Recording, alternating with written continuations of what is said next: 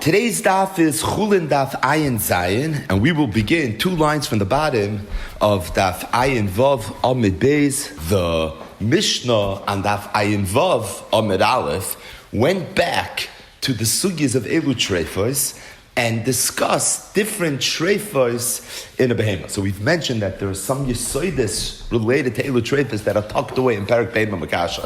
In fact, there's a whole Mishnah, a whole sugya that really the Rishonim say could have, would have, should have belonged in Parak Elu treifos that I mentioned here in the end of Parak Behemoth Makasha. The halacha that we need for today's daf is the Mishnah said nishbar ha'etzem, if the bone of the regel, the foot, the leg of the animal broke. So the halacha is imroiv habasar kayim shchitasem mitahartai. If the majority of the flesh in the area where the wound is, where that sever is, where the fracture is still intact, then the halacha is it's not considered a treifa. The imlav, and if you don't have roiv habasar, in shchitasem mitahartai. So the Gemara in the Fayin Vavam and Beis clarified exactly what roiv basar means. Does it mean roiv avyoy? Does it mean roiv hakefay? The Gemara came out that it means both. It means roiv avyoy and roiv hakefay. Regardless, the Gemara is going to talk about different halachas as it relates to roiv basar in the area of a fracture in the leg of an animal, where the halacha is that if you have roiv basar, the animal's not a treifa. If you don't have roiv basar, the animal is going to be considered a treifa. Zok the Gemara, Hanu gidin rachend also the kamid Rava, not Rabba, Rava. There was a story where somebody brought an animal to Rava, nishbar ha'etzem. There was basar that was covering the area. However, the basar in and of itself did not constitute a roiv, so that we would say that it falls into the ratio of the Mishnah, where if there's roiv basar, it's not considered a treifa. Stating that if you would take the sinews, those are the tendons and the ligaments of the animal, and you would add them to the basar, then you would have roiv. And the question was, these gidin, which were rach, they were soft at the time, are they considered basar so that we can now add them to the basar, so you would have roiv basar, the animal would not be considered a treifa, or maybe you have to be mach, maybe it's not considered basar, and the basar itself does not make up a quote-unquote roiv. As a result, the animal is going to be a treifa. My Rava, so Rava said, this is an easy question. He said, Chada, number one, we know the halach is that in order to eat from a carbon pesach, you have to RSVP. So you couldn't just show up to a seder, do binuch, and I want to eat from the carbon pesach. No, you had to be nimna, you had to be counted. You had to be an RSVP on a list in order to be able to eat from the carbon pesach. Additionally, you had to make sure that every single person on the list had a kazayis basar that he was going to be able to eat from. So if you have a small animal, you invite 1,000 people, you could be listed from today till tomorrow. That's not considered nimnin. So in order to be able to eat from a carbon pesach, you had to be on a guest list, and we had to have known that there was a kazayas basar dedicated for each individual. What happens if there wasn't a kazayas for Pliny, but there were gidin rakin, shesoifan lahakshay, soft gidin that eventually are going to become hard? Are they considered basar with regards to carbon pesach, or are they not? Rabbi Yochanan said, gidin shesoifan lahakshay, nimnin aleim b'pesach. So Rava said, if it's considered basar, Rabbi Yochanan said that with regards to carbon pesach, then it should be considered basar with regards to elu treifos, and if you have basar together with gidin that make up a roiv, that should be enough. That the animal shouldn't be a treifa. And Rava continued, sounds familiar? He said, not just that, we're dealing over here with Yiddish geld, and as a result, it certainly is reasonable to be mekel and to look at the gidin as being basar, and as a result, we should have a roiv. Rav Papa told Rava 2 things. Number one, Rav Shimon ben Lakish. It's very nice that Rabbi Yochanan said, gidin shesayv l'hakshais nimna aleim b'pesach. But if you learn that sugya mesechtes psachim, Rashi says it's in psachim pei dalid. Over there, it's a machlokes. Rish Lakish holds not that way. So just because Rabbi Yochanan said that the gidin shesayv l'hakshais is not considered basar, but there's also a Rish Lakish that said it's not. And besides, this idea that it's a shadi Yiddish geld, it's Isura Deiraisa. We're dealing with Isura. After Amrit, my leichash lo. So the Gemara says when Rava heard what Rav Papa said, ishtik. Rava was quiet. About my ishtik. Why was he quiet? The first taina is a reason for him to be quiet. I mean, the second taina in and of itself, I hear. But the first taina is a reason for him to be quiet. What was the taina? Rava said, Rabbi Yochanan said that the gidin shesayfen lahakshas are considered basa with regards to the carbon pesach. So why should they not be considered basa with regards to elutrefus? Rav Papa said it's very nice. Rabbi Yochanan said that. But Rish Lakish said not that way. As if to say, make a tasi, you're pasking like Rabbi Yochanan. Maybe you should pasking like Rish Lakish. Freak the Gemara. Rava was masking. He was quiet. V'amar Rava. Rava himself is the one who said a member that's often quoted in Shas. Hilchas Agavasi Rabbi Shimon ben Lakish bani klas. The halacha is like Rish Lakish 3 times that he argued with Rabbi Yochanan. What do you imply from there? Every other time there's machlekes Rabbi Yochanan and Rish Lakish. The halacha is not like Rish Lakish. The halacha is like Rabbi Yochanan. If that's the case, this Machloikis regarding Gidin Shenseif and Lahakshas, the carbon Pesach, is not one of the 3 times that are mentioned in the beginning of Perek Achaylis and in other places that the halacha is like Rish Lakish, so the halacha is like Rabbi Yochanan. So if the halacha is like Rabbi Yochanan, Rava got it right. Why was Rava quiet? So the Gemara says, Shani Hachad Hadabei Rabbi Yochanan, Legabi Yoshem Melachshas. If you know the rest of the story, Rabbi Yochanan was actually Chayzer in this case. Amalei, how do you know he was Chayzer? Because Rabbi Yochanan told Rish Lakish with regards to one of the questions Rish Lakish asked Rabbi Yochanan, Al takniteni, don't ask me a question from that Mishnah, but and the truth is the Gemara doesn't really speak out where you see from there that Rabbi Yochanan was chayzer from Reish Lakish, Ayin Rashi, who tells us the rest of the story, but regardless, it's clear in the Sugya Masechtas Pesachim that Rabbi Yochanan came around. So Rava was ishtik, not because Rish Lakish holds like Rabbi Yochanan. That in and of itself didn't impress him. The reason that Rava was chayzer is because he recalled when he heard Shitas Rish Lakish that Rabbi Yochanan had been chayzer to Shitas Rish Lakish. Point Rabbi Yochanan himself was chayzer, and being that Rabbi Yochanan himself was chayzer, it's for that reason that he came around. There was a story where an animal had a broken bone, and the bone was protruding outside of the skin. The ishtakel kortisa mine, and a little chip of the bone fell off. The question was brought before Abaya.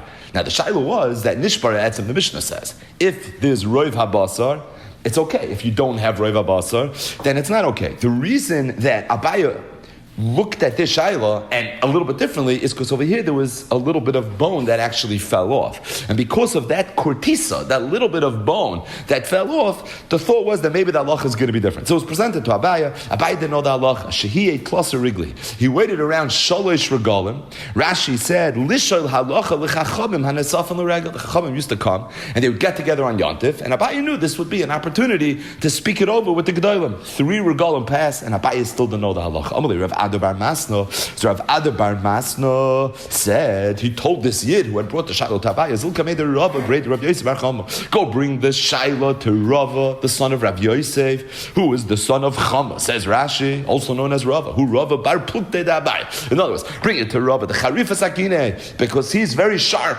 He's a charif, and he'll be able to answer. He doesn't have to wait 3 regalim. Rava will be able to tell you the answer. The Gemara says, also they brought it to Rava. Amar, what did Rava say? The Mishnah talks about a broken bone. Mali nafa, mali yiseh. Doesn't say anything about a bone chip, no bone. It doesn't say anything about that. And as a result, there's no reason to make up svaras. Thus, if there's Reiv Abasar, it's going to be okay.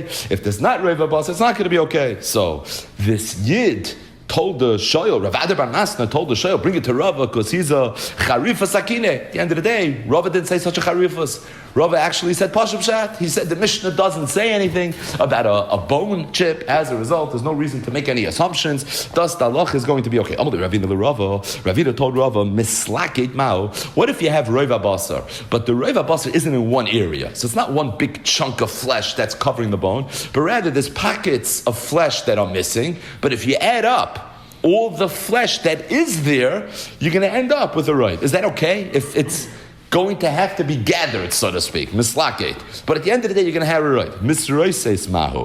What if the skin started, or the flesh started to erode? Rashi says it's very shvach. Mismases mahu. That's even more than that. It's starting to really go bad. Nirkav. Says the Gemara, hey, give me an example of mismases. It's a case with the veterinarian. The doctor is going to cut it away and he's going to get rid of the flesh. It's that bad. The question is, all these cases, if you have Reiv HaBasar, but there's some reyesa, Rashi says, in the basar, it's not perfect. Is that enough to say that there is Reiv HaBasar, thus the animal's not going to be a treifa, or is it not enough? Another question, Nikev Mao, what if there's a whole in the basar. So this basar that's chayfa has in it a nikev. What's a nikev? Rashi says nefkev katan. That's what Rashi said right in the beginning of Parakeh L'Treifus. It's what Rashi said throughout Parakeh L'Treifus. So nekev always means a little bit of a hole. So you have a hole in the basar that's covering the fracture. Niklaf mahu. What if the basar that's covering the bone is not attached to the bone? So it was detached from the bone. So the basar's there, but it's not firmly attached to the bone. Do you say the basar's there, or it actually has to be affixed to the bone in order for it to be considered basar hachayfa? Nistak mahu. What if there's a crack in the basar? Rashi says a nekev is where it's a little hole. A nistak is always when it's like a line. Either way, it's a crack going through the basar. Nitel shlish atachte mao, a fourth shiloh. What happens if the basar was detached from the bone and the lower layer of the basar was removed? So this is really intim tzoloymar of niklach. The second shiloh was niklaf mao, where the basar was detached from the bone. So we have a shiloh. Do you say the basar is there, or do you say that if it's detached, it's going to be a problem? Intim tzoloymar, that being that it's there, even though it's detached, it's enough for it to not be a treifa. So now we can ante it up. Ask another question. What would be if you have the basar, it's there, it's detached, and you're even missing a layer? Is that also okay? Or maybe only niklaf is okay, where at the very least all the basar is there. Either way, says the Gemara Tashmat. The ar is like the basar. Now the assumption is that the ar is not attached to the bone. It just would do what the basar would do, in that it would cover the bone. If you're going to tell me that the basar has to be attached to the bone, then how could the ar be like the basar? The ar is not attached to the bone. Thus, from the fact that ar is treated like basar, you see that basar itself, that's insight into basar. You see that basar doesn't have to be attached. And that would be paishet, therefore, two of the four questions. It would be paishet, the shayla of niklaf, and it would be Pashat Shayla of Nitel Shlishat Achtoin. You see, even though you don't have the covering attached to the bone, and you're missing all the basar, certainly if you're missing only a third of the basar, you're missing all the basar, that's enough for it to be considered basar hachayfa. So says the Gemara, l'chura, from what Rabbi Yochanan said. Ula said this in the name of Rabbi Yochanan, that covering the fracture is like flesh covering the fracture. That should be a raya to two of the last four questions, niklaf ma'u and nitel shlisha tachta ma'u. But the Gemara says it's not true, because dilma dekana mishcha didei. Maybe when Ula said in the name of Rabbi Yochanan that is kabasar, is talking about a place where there is no basar. So if you have an area where there's no basar, it's bone and skin, in that area the ar habasar would work to cover the fracture. But enochinami, if there is supposed to be basar, it could be the fact that the basar is not there, or the fact that at the very least the ar is not attached to the bone. That would be an issue. When I was by Rav Papi Boilan, they asked him the following question: Niktar kimin tabas maos. What if there's a fracture? The fracture is covered by basar. However, the basar that's covering the fracture is not attached to the rest of the basar on the animal, because there's a hole, think of like a little ditch that was carved out around the basar that's chayfa the fracture, and as a result, it's like living on an island, that piece of basar. It's not attached to the basar around it. So niktar, if you cut out, kemin tabas. Now, what's the halach?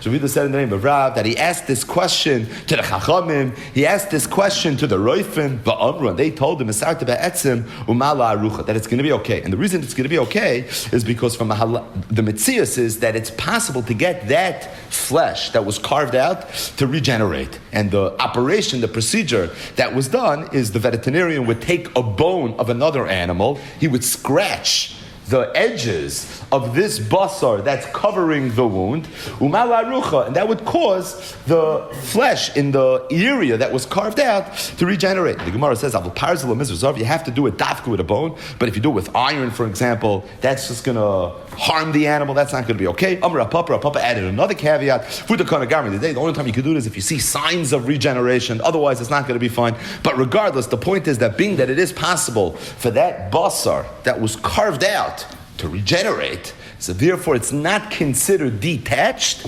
The basar that is chayfa, if it's attached to the rest of the basar in the animal, it's for that reason it's going to be, okay. So before we go weiter, just two short ha'aras. The first ha'ara is yesterday we spoke at length about the klole hashas. So we were talking about halacha kribi kiva mechaveroi, v'loy mechaveroi. The Yad Malachi says that it's pashut and it's golu b'yodua. The chol yoydei das v'din that halacha kribi akiva mechaveroi yachid. Incidentally, you find it by Rebbe as well. The Gemara says, halacha ki Rebbe mechaveroi. What about mechaverov? But regardless, halacha Rebbe kiva mechaverov. But we found that Malachi himself quotes a Taz in two places where the Taz says halacha Rebbe kiva mechaverov ve'afilu mechaverov. And we spoke out that the Chavis Yar in his Simin and Shailos Teshuvas Chavis Yar Simin Tzadik Dalet, where he wrote his Kloli Talmud. He says that he found in the Taisus Yom and the first paragraph of Masechtas Shvias, who also said halacha Rebbe kiva mechaverov ve'afilu mechaverov. And we had a diak yesterday in the Teres Chaim,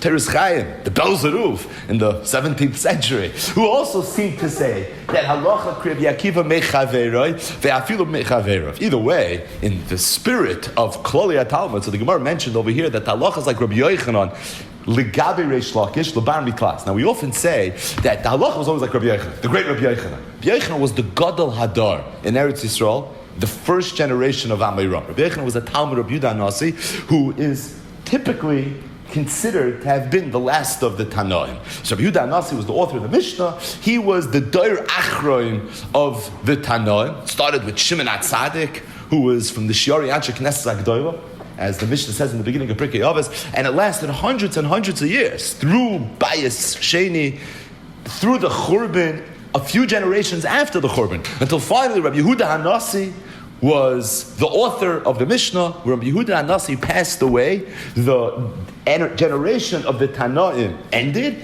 That began the generation of the Amiram. And Rabbi Yehuda HaNasi's Talmidim were the first Amiram. Rav was a Talmud of Rabbi Yehuda HaNasi, Rabbi Yochanan was a Talmud of Rabbi Yehuda HaNasi, Rabbi Chia, etc. Regardless, Rabbi Yochanan lived in Eretz Yisrael, and he was the Gadol Adar in Eretz Yisrael. At the same time, Rav and Shmuel lived in Bavel. They were the Gedolei Adar in Bavel. So not all the Amiroim are treated in Shas on the same level. You have Rabbi Yochanan, you have Rav, you have Shmuel, all the Amiram, Gedolei Amiram. But when it comes to Psak in different areas, in Sugis, just like an Amira can't argue with a Tana, you see that different members of different Amiram were treated differently in Shas. Regardless, Rabbi Yochanan was the Gadol Adar in Eretz Yisrael, Rav and Shmuel were the Gedolei Adar in Bavel. The Gemara says in the Masechtas Be'ed Daf, whenever Rav and Rabbi Yochanan argued, Allah is like Rabbi Yochanan.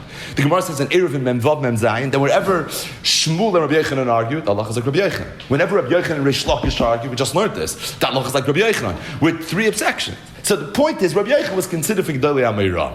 I'll tell you something interesting. Tosfos in Masechtas Megillah, Daf Chav Zayin Amar Aleph says, and really there's Tosfos in many places in Shas, and Tosfos says that B'Shem Rabbeinu Tam, that there's one Amira who, when he argued with Rabbi Yochanan, the halacha was not like Rabbi Yochanan. And that's Rabbi Shua ben Levi. Taisus brings this raya from a Gemara in Megillah Chav Zayin amongst others, but it's just kedai to hear it inside. Mehacha mashma, the halacha Rabbi Shua ben Levi legabi de Rabbi Yochanan. Either way, so although it's true that halacha is always like Rabbi Yochanan, the great Rabbi Yochanan, but Rabbi Yochanan argued with Rabbi Shua ben Levi, who was also an Amoira, the halacha follows Rabbi Shua ben Levi, the halacha does not follow Rabbi Yochanan. Either way, that's the first ara.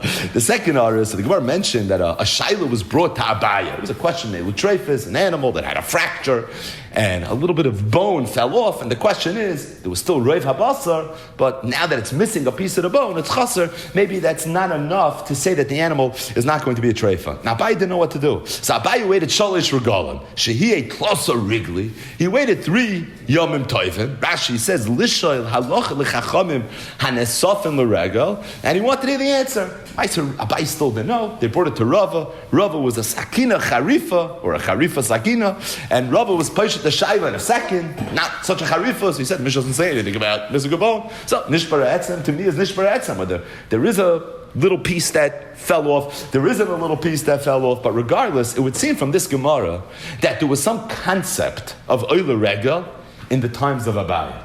And really, it's a very big chiddush. Number one, Abaye lived hundreds and hundreds and hundreds of years.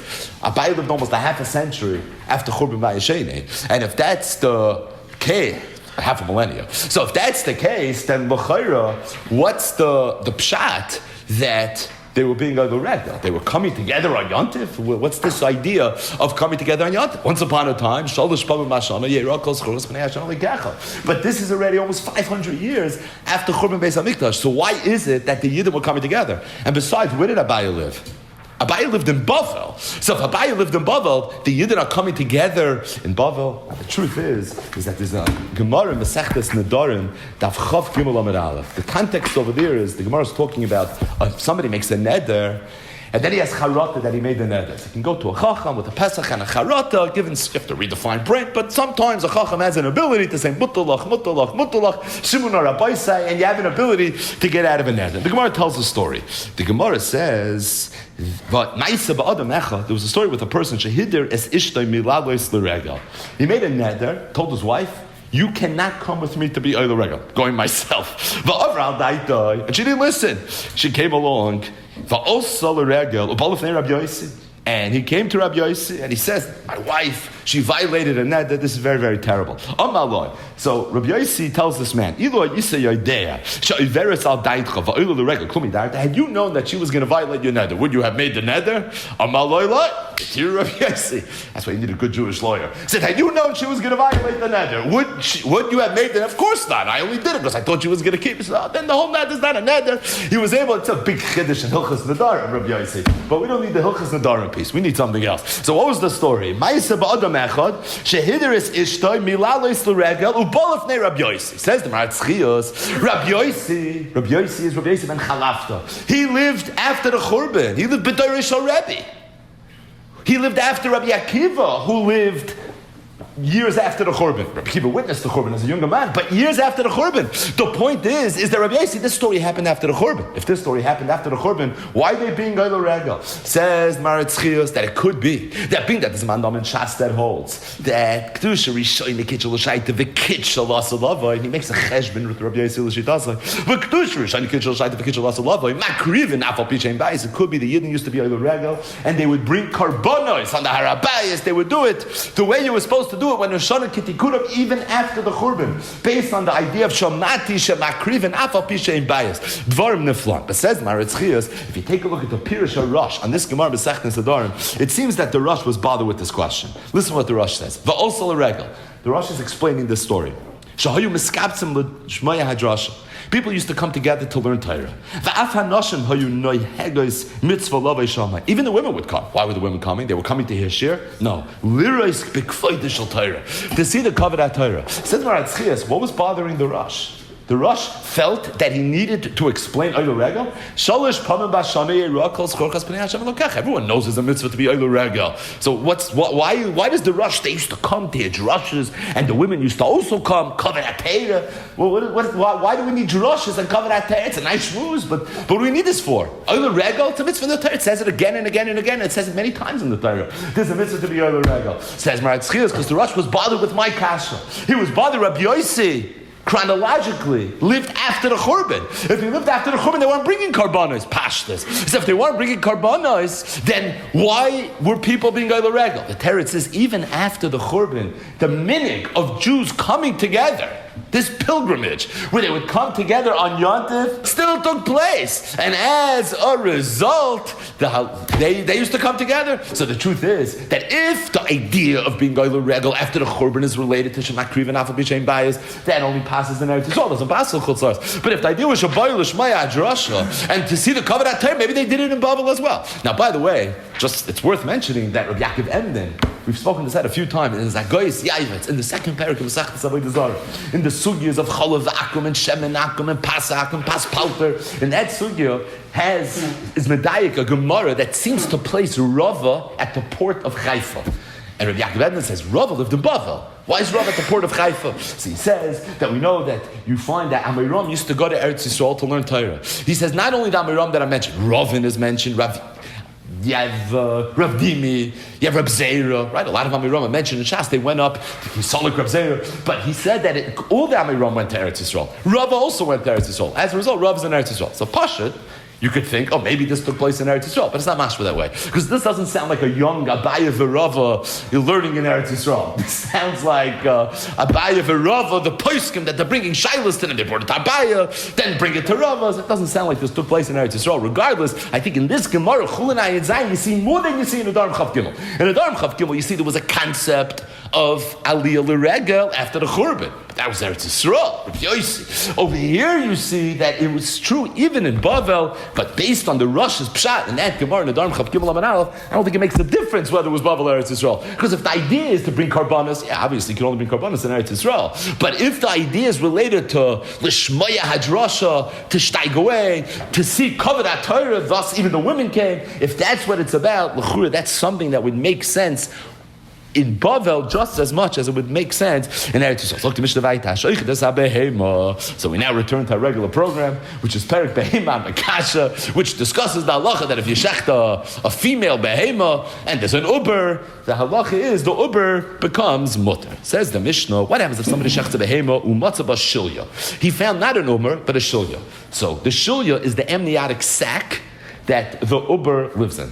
So an uber develops in the womb of its mother, whether it's a human, whether it's an animal, it's the same. It develops in the rechem, but it's enveloped in a sack of water, which itself sits inside the womb. So the uber is in the shilya, which is the amniotic sac, which in it itself is in the rechem. So in this case, somebody shechted a behema, he didn't find an uber. What he found was an amniotic sac. We can see the Gemara says that a shilya is a simin vlad. Obviously, if there's a shilya, if there's an amniotic sac, it was developed because the child of it, but you didn't see the uber. What you found was the shilya itself. The halach is nefesh hayafa toichlena. If you could handle it, you're allowed to eat, meaning it's kosher. Most people can't eat it, but at the same time, it's okay. It doesn't become tummy like tumas oichlin, v'loy tumas nevelos. Being that most people don't eat it, it's not considered an oichel. And as a result, even if it's huchshel l'kabel tuma, and then a sheretz falls on it, it doesn't become tummy tumas oichlin. Additionally, if the animal dies naturally, for example, and then you find inside the animal the shilya, it's not going to be tummy tumas nevelo. Chisha v'leo, if the shoichet had in mind to eat the shilya, so then the halacha is, because you had in mind to eat the shilya, so now the shilya does get a din oichel, thus metama tumas oichlin, avaloi tumas nevelos. So it gets a din oichel, thus it's subject to the laws of tumas oichlin, but it's not going to be subject to the laws of tumas. Rashi says, because in order to be tummy tumas nevelos, it's not enough that you're oichel. You have to be basa. So shilya, if chishev aleh, will be considered oichel, but it won't be considered basa. Shilya shiyat something tasa. What happens if before the shchita, a little bit of the shilya came out of the mother? So now you shechted, and a little bit of shilya is out. The halach is asur b'achil. You're not allowed to eat the entire shilya. Why not? We had this earlier in the parak. The reason is because, as the Mishnah says, simin vlad be'isha v'simin vlad be'behema. Because if there's a shilya, we assume that there's a vlad, because why else did the mother develop the shilya? Obviously, because there was a vlad. Now, you don't see the vlad. So the vlad must have been, something must have happened to the vlad. There was a very early stage miscarriage. But if there's a shilya, there was a vlad. We're concerned that when the shilya came out, the vlad came out. Which part of the vlad? The head, which constitutes leda. Once there's a leda, the entire uber is no longer mutar b'achila. Thus, we're worried that inside the shilya there's a vlad. Shahotzias reishai. So now you can't eat the shilya. Not because of the shilya. The part of the shilya that was inside doesn't bother me. That's outside bothers me. But that was inside doesn't bother me. The issue is the vlad that might have been inside the shilya, which could be its head poked out. Once that happens, the entire vlad is usher. So in this case, it's going to make the entire shilya usher. Hamavakeres, she'apila shilya, a baby that miscarried a shilya. It's her first child. The halacha is, there's no kedusha. Kedusha, yashlichenu l'klafet. You can feed it to the dogs. The Gemara is going to explain this. Ubin muktashim. Let's say you have a regular behema that's hektish, like a shlamim that could be in a keva, and it too miscarries a shilya. The halach is to cover. You have to bury it. Then kover noisem b'proshes drachim. You're not allowed to bury it at the fork of the road. We'll see what that means. Then toilet noisem b'ilan. Additionally, you're not allowed to hang it on a tree. Mibnei darkei amoiri. So apparently, the Oivdei Avodah Zarah, the pagans specifically, those from the land of Amoiri, what they used to do is if a behema would miscarry, so they would take the nafel that was miscarried, and they would do one or two things. Either they would bury it at a precious drachim, at a main intersection, or they would suspend it from a tree, and somehow they thought that was a good thing. That was a skula, that this behemoth should not miscarry again. That's something a Jew's not allowed to do, simply because it's midarkei amayr. How do you know that if you shecht an animal, you're allowed to eat the shulya? Because it says, kol behema ba behema oisa teichelu. The same pasuk that tells me you're allowed to eat the uber, tells me you're allowed to eat the shul. The rabbi says, because I would think that even if it came out a little bit, that same pasuk that teaches me that you're allowed to eat anything in a behema says, oisa teichelu. And we learn from oisa teichelu, only it, v'loy shulyasa. But if the shulya came out, now you can't eat the shulya anymore. Ain't shulya b'loy vlad. Why do I need a pasuk to tell me that you're not allowed to eat the shulya if it came out? We just spoke out in the Mishnah that it's a svara. We know it from the beginning of the parak. Ain't shulya b'loy vlad. If the shulya came out, maybe part of the vlad came out, a part of the vlad that would constitute leda, thus I can't eat the shulya because of the vlad that's intertwined in it. Maybe. And if that's the case, then why do I need a pasuk to tell me that if the shulya is yatzam miktasam, I'm not allowed to eat the shulya? I don't need a pasuk for this. I have enough information up until this point in Perik Behema Makasha to know this halacha. So the Gemara says, you're right, cross machta ba'alma. It's true, you really don't need the pasuk. It's only nas machta ba'alma. The Mishnah said that the shulya was not metama tumas soichlin. So on the topic of foods that people don't usually eat, and whether or not they're tamei tumas soichlin, boy Rabbi Yitzchak bar Nafcha. Rabbi Yitzchak bar Nafcha posed the following question. If somebody takes the skin of a donkey, and he cooks it really, really well. So the skin of a donkey apparently was not roi lachilo, but he was sholkoi. Rashi on the bottom of the yomid. Bishloi harbe ma'oid. He cooked it harbe ma'oid. Double lashon. So he cooked it a lot. Now it's at the point where you maybe could eat it. So the question is, what's the halacha? So the Gemara says, what's the halacha regarding what? Either tumas soichlin. You want to know if it could be coming tumas soichlin tanina. Either tumas nevelo is tanina. Where's this? Tumas soichlin tanina. The Tanya went to the brayso. Or vashulya emet tamin tumas soichlin. The in the shulya not tamin tumas soichlin. Or shulka vashulya shechich veleo. If you cook the for a long time, or if you had in mind to eat the shulya, then the halacha is b'tamei tumas soichlin. So it's mefurish. The is tamei tumas soichlin. So what exactly is the shayla? The Gemara says, Rabbi Yitzchak nafka arsha shalko mau. You want to know if you take the and you cook it a lot, whether it's tamei tumas soichlin? It's mefurish abrayso. Ha'arsha shalkoi, the halach is tamei tumas soichlin. So maybe the question was something else. Maybe the question is is it tamei tumas nevelos? But the Gemara says nami tanina. That's also mefurish. Bin avlasa, it says in the Torah, now let eat nevelo. V'loy ba'ar v'loy batzames. This does not apply to the skin or to the bones or to the gidin. Those are the sinews. V'loy b'karnayim or to the horns of the animal. V'loy to the hooves of the animal. So you see clearly that the is excluded from the velo. So we know that if you cook the skin, it is tamei tumas soichlin, and we know that if you cook the skin, it's not tamei tumas nevelo. So either way, these are brises. So what's Rabbi Yitzchak ben Nafcha? Shaila, Rav Amar Rabbi Bar Barchana, we're explaining that last brise that even if you cooked all the aforementioned, still it's not tamei tumas nevelo. So the Gemara says tumas soichlin, and Shaila was regarding tumas soichlin. V'shani ar chamar the mas. He wanted to know about the ar of a chamar, because the ar of a chamar apparently is different. It's distinguished from the ar of other animals. It's disgusting. Thus the question was, I know there's a brise that said Rabbi Yitzchak Nafcha that if you cook, or it could be the halacha is that it's going to be tamei tumas oichlin, but maybe the arva chamar, being that it's disgusting, it's going to be different. That was the question. Zok the Gemara shilya sheyatzis. So Amar Rabbi Lazar leishanu ala she'inim avlad. The only time the halacha is that if the shilya comes out of its mother, the halacha is that you're not allowed to eat the shilya. That's if there was no vlad inside the mother. Little tricky Gemara. But if there was a vlad inside the mother, there ain't chayshim vlad. What's the reason if the shilya comes out, you're not allowed to eat the shilya? Because we're worried there's a vlad inside the shilya, you just don't see it. And when it came out, the reish came out, thus you can't eat the shilya because of the vlad that's inside. But if you see a vlad in the animal, so you see the vlad somehow was detached from its amniotic sac, the vlad is inside the animal, didn't leave the animal. It's a shilya without a vlad. Oh, in that case, said Rabbi Loza, there's no reason it should be a problem. I mean, what would be the side it should still be a problem? Maybe you have to be concerned that there was another vlad inside this shilya.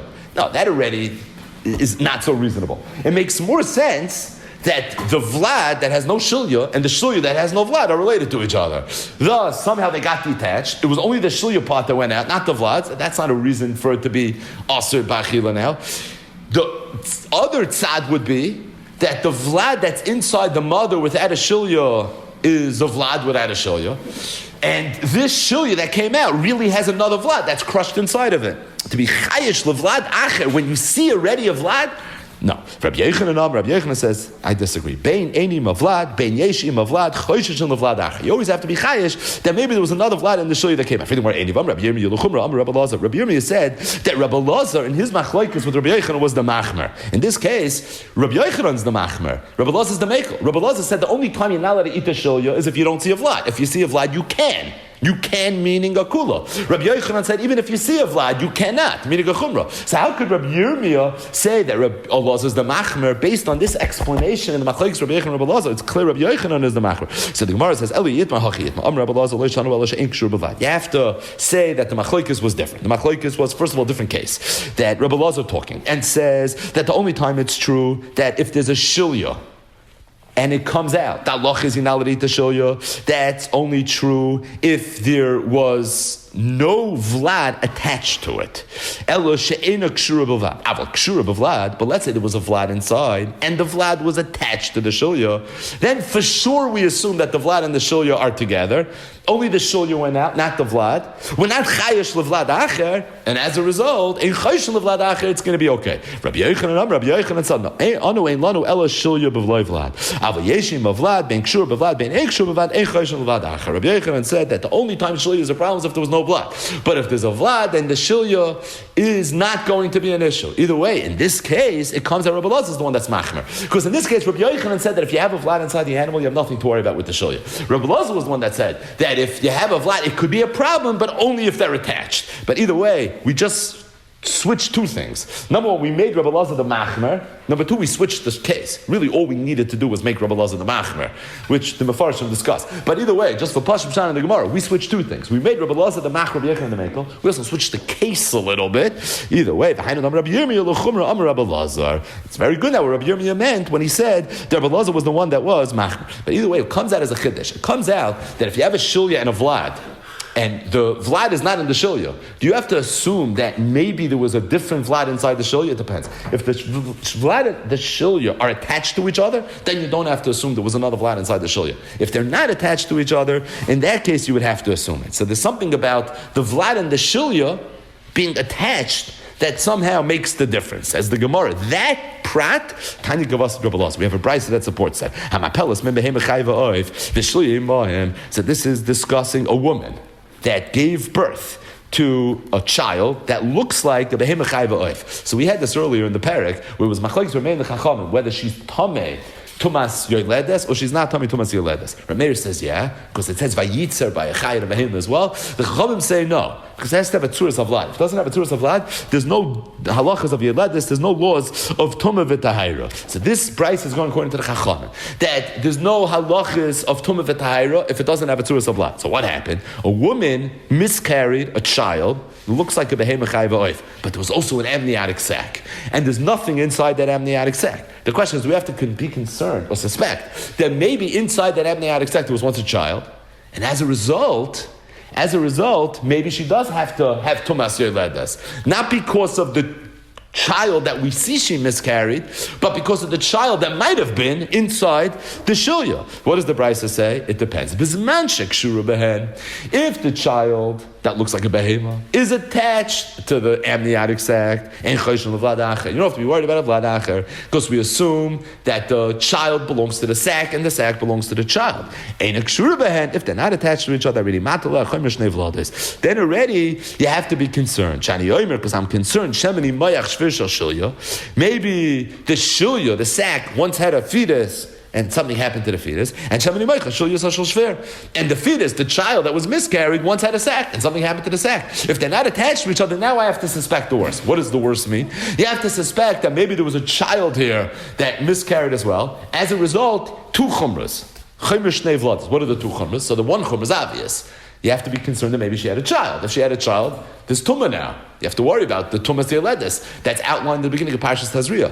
But there's a chumrah as well in the reverse. That is when a woman has a baby, so midday raisa, she's told me 7 days or 14 days, depending if she has a boy or a girl. But after that, any blood that she sees is not dam nida anymore. It's all dam tahira. That dam tahira, that chiddush atahira is only true if you have a child. But if you have a min behem chayv according to Chacham, you don't have dam tahira. So really, it's a chumrah both ways. You can have to be machmer and have yemei tuma, but also any blood that comes during the yemei tahira, quote unquote, is not going to be treated as yemei tahira because maybe she never had a child. If she never had a child, it's regular dam nida. So as a result, you have to go ahead and work with both chumras.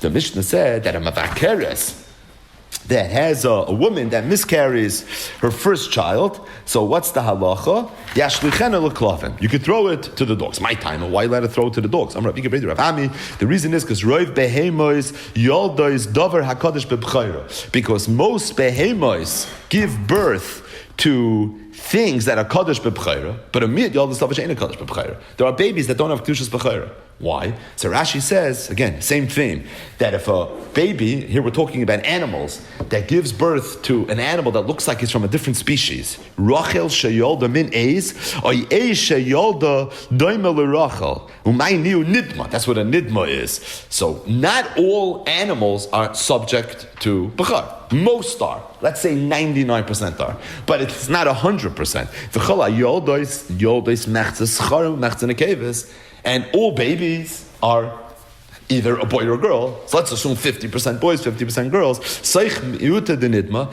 Take the miut of nidma, little math. The mechz de nekevis, carry it over. Move it over to the mechz of nekevis. Havelu schar miuta. It comes out that there's actually a smaller chance that this child is subject to bechar than not subject to bechar. Because there's a possibility that it's in a keva, and there's a possibility that it's going to be a nidma. Thus, Roiv says it's not. You can go bust a Roiv. You can take this nafel. You don't know if it was a boy or a girl or it was an nidma. You have no idea. So what could you do with it? You can feed it to the dog. If however this was a behemoth hakdish, there the Allah is you have to bury it. My time. What's the reason? Ruba bar mikdashu, because the majority of them are subject to hektish, because roiv animals are shaykh to hektish, right? There's a nidma, there are examples of animals that are not subject to hektish, but when it comes to hektish, it doesn't matter if it's a zachar and a keva. So as a result, roiv of them are going to be subject to hektish. Thus the halacha is ti cover. We are going to end right before the new parak. The next Gemara is a fasting Gemara. That's Hashem. We'll pick that up the next stuff.